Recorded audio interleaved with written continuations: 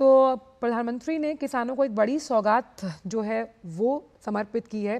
प्रधानमंत्री ने किसानों और वैज्ञानिकों से बात की है और ख़ास तौर पर क्योंकि 109 ऐसी जो ज़्यादा उपज वाले बीज हैं और ख़ास तौर पे क्लाइमेट रिजिलियंट जो कि जलवायु परिवर्तन के अनुकूल पैदा किए जा सकते हैं। प्रधानमंत्री को आप देख सकते हैं यहाँ पर किसानों के साथ अपने विचार साझा करते हुए, उनके अनुभव जानते हुए बड़ी सौगात 61 फसलों की 109 किस्मों को जारी किया गया। ये सब हाई यील्डिंग यानी ज़्यादा उपज वाली फसलें हैं, क्लाइमेट रिजिलियंट हैं, जो कि जलवायु परिवर्तन के अनुकूल उगाई जा सकती हैं। इस लिहाज से राष्ट्र के अन्नदाता के रूप में जो किसान हैं उनको बड़ी सौगात उच्च उपज देने वाली जलवायु अनुकूल ये फसलें हैं। प्रधानमंत्री ने किसानों और वैज्ञानिकों से भी बातचीत की है। किसानी और वैज्ञानिक जो है वो साथ चलता है कि भाई किस मौसम में कौन सी फसल ज़्यादा उपज देगी। और प्रधानमंत्री ने कृषि में मूल्य संवर्धन के महत्व को भी उजागर किया। आपको एक बार याद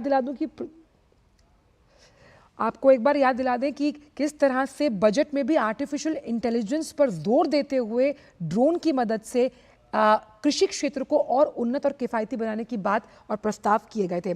इसी बड़ी खबर पर हमारे साथ हमारे संवाददाता विशाल बैरिस्टो जुड़ गए हैं। विशाल, एक बड़ी सौगात हम कह सकते हैं किसानों को दी गई है, जिसे राष्ट्र का अन्नदाता कहा जाता है, यानी उच्च उपज देने वाली तमाम वो 109 किस्में जो कि अब क्लाइमेट रेजिस्टेंस और रिजिलियंट भी रहेंगी, जलवायु परिवर्तन के अनुकूल।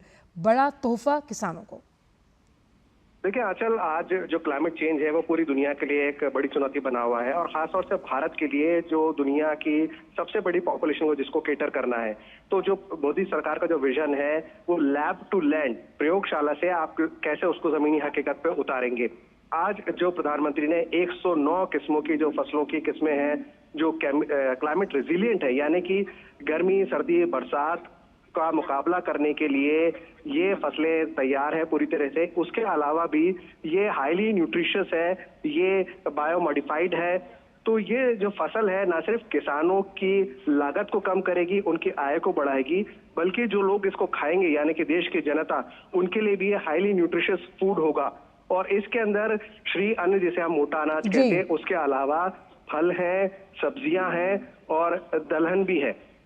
भारत का एक बड़ा हिस्सा जो फॉरेन एक्सचेंज का है वो पल्सेस के इंपोर्ट में चला जाता है।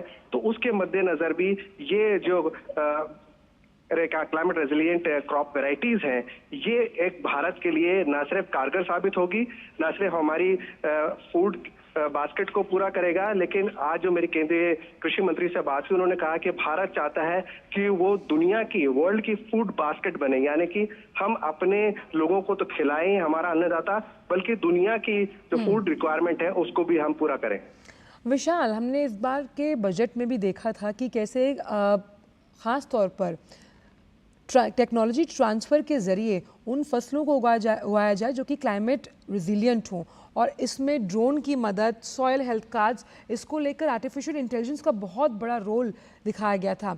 कैसे विज्ञानी और जो किसानी है वो कंधे से कंधा मिलाकर साथ चलते हैं, तो फिर जब हम राष्ट्र का अन्नदाता, उसके चेहरे पर मुस्कान देखते हैं, जो कि हमारी थाली में भी